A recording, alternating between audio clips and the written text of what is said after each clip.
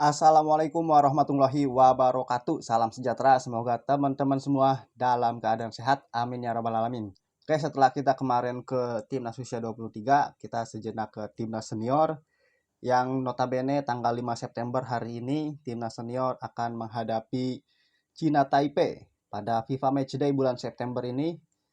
Sebenarnya kelihatannya di Timnas sekarang ini biasa-biasa aja, nggak terlalu gembar-gembor karena mungkin kita mengalami penurunan ya, baik dari timnas usia 20, timnas wanita, timnas senior juga kemarin kita mendapatkan konfirmasi cancel ya, dibatalkan pertandingan menghadapi Kuwait, dan kita untungnya mendapatkan pengganti yaitu China Taipei. Dan kali ini sebenarnya bingung juga kita ya, kenapa tidak se-euforia seperti dilatih oleh Sintayong. Tapi ya inilah timnas kita harus hargai dan kita harus hormati, kita juga harus dukung. Tentu memang di saat ada kritikan, kita harus sampaikan kritikan tersebut.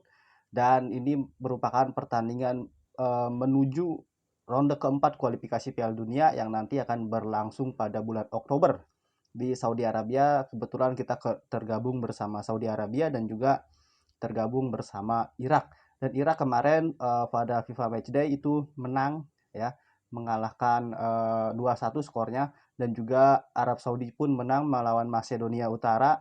Dan kali ini kita juga bedanya kalau kita bermain di partai persahabatan, kalau Arab Saudi dan juga Irak itu ada turnamen mini.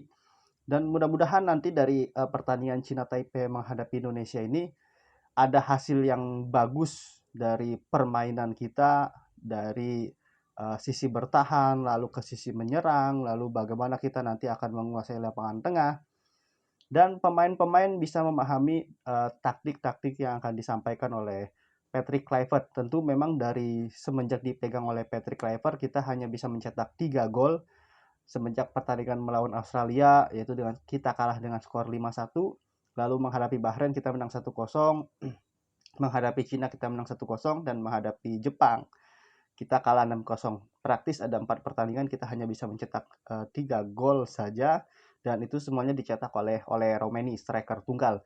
Dan mudah-mudahan nanti kita memiliki alternatif lain apabila oleh Romeni mendapatkan kebuntuan. Dan semua kita tahu ya bahwa pada saat ini oleh Romeni sedang menjalani masa pemulihan pasca cedera yang dialaminya di Piala Presiden. Sangat disayangkan sekali, itu striker yang sangat bagus, namun ya itulah sepak bola, kita harus menerima segala sesuatunya. Bagaimana kita tahu Australia ketika menghadapi Indonesia di ronde ketiga, ketika Australia menang 5-1, itu banyak pemain Australia, pemain intinya yang mengalami cedera, yang ya itulah tim nasional, tim sepak bola nasional ya.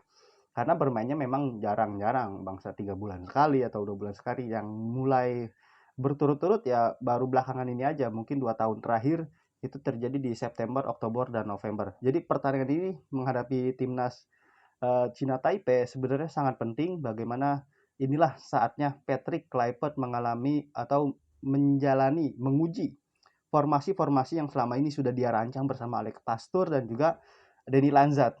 Karena di pertandingan sebelumnya, mungkin 4 pertandingan pertama dari Patrick Kluivert itu tim kepelatihan tidak mendapatkan jatah hari yang lumayan banyak karena dari jeda internasional langsung pertandingan di turnamen resmi.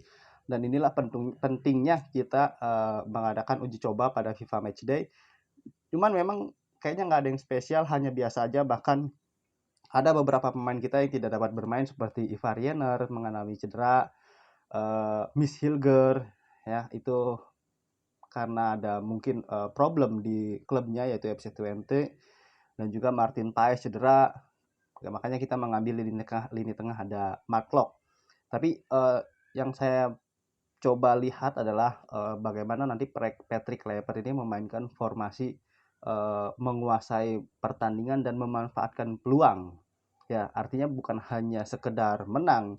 Sebenarnya dalam laga uji coba tidak menang pun tidak apa-apa. Yang penting kita bagaimana memahami pola permainan dari arahan pelatih, baik dari sisi bertahan, apakah kita sanggup dari kita lini tengah, apakah lini tengah kita bisa memutus aliran serangan dari tim lawan, lalu juga di lini depan apakah kita bisa memanfaatkan peluang menjadi gol sekecil apapun, dan juga bagaimana dari set piece, apakah kita bisa memanfaatkan bola mati dari tendangan bebas, mungkin juga dari corner kick atau dari lemparan ke dalam, dan uh, kita juga bisa mengantisipasi ya bagaimana apabila ada set piece dari lawan, kita harus mengantisipasi bagaimana gol Australia menghadapi Indonesia, 3 gol diantaranya melalui set piece.